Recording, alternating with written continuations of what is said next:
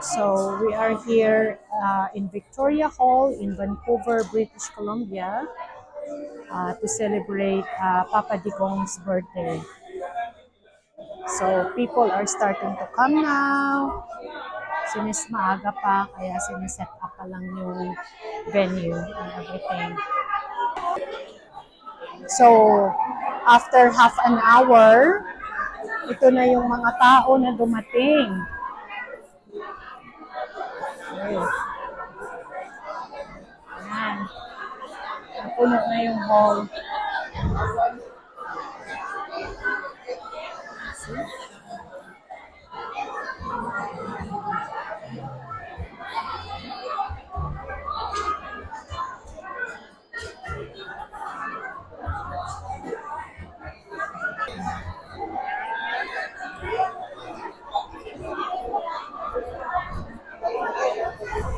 Na, marami na, puno na yung venue.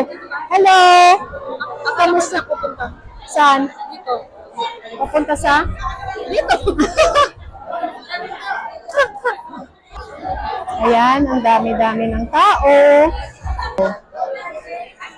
Limited yung number of people na pwedeng pumunta. Coming over, kung iba sa inyo malamang you skateboard, just to show your support to our former President, Rodrigo Roa Duterte. Again, we would like to acknowledge yung mga organizer if you can come into our program.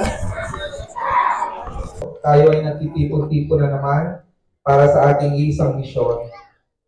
Ngayong araw na ito, nalulugod ako na lahat tayo ay narito muli para magsama-sama sa isang misyon na may uwi ang ating mahal na Presidente Rodrigo Roa Duterte na ngayon ay nasa ibang bayan, nasa mga dayuhan na hindi karapat-dapat na nandun siya ngayon.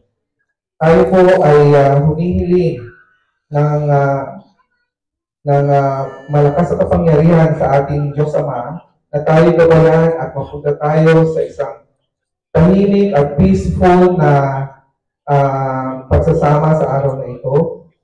At muli kami humihingi ng lakas ng loob sa inyo na mabigyan kami ng tamang giya at maging matagumpay ang aming pagsasalo sa ngayong hapon na ito at maiparating sa bawat tao nandito ngayon at sa saan man makararating ang ating pagsasama sa araw na ito at ma-stream at ma-share sa ating mga kapwa Pilipino at ma-share ang ating pagsasama-sama at ipagdiwang ang 80th birthday ni PRRD.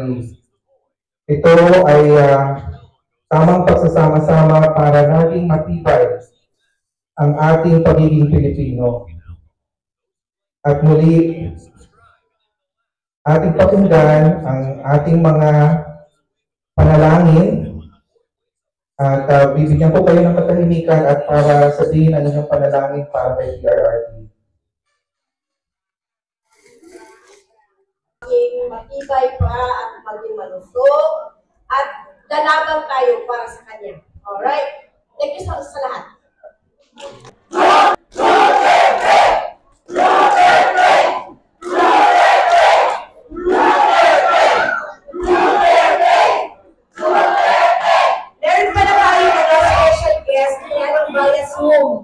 We wanted to welcome everyone.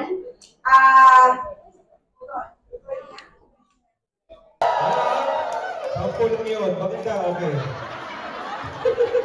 Namin iiwan, ipagkalaban ko ang pag-ibig mo.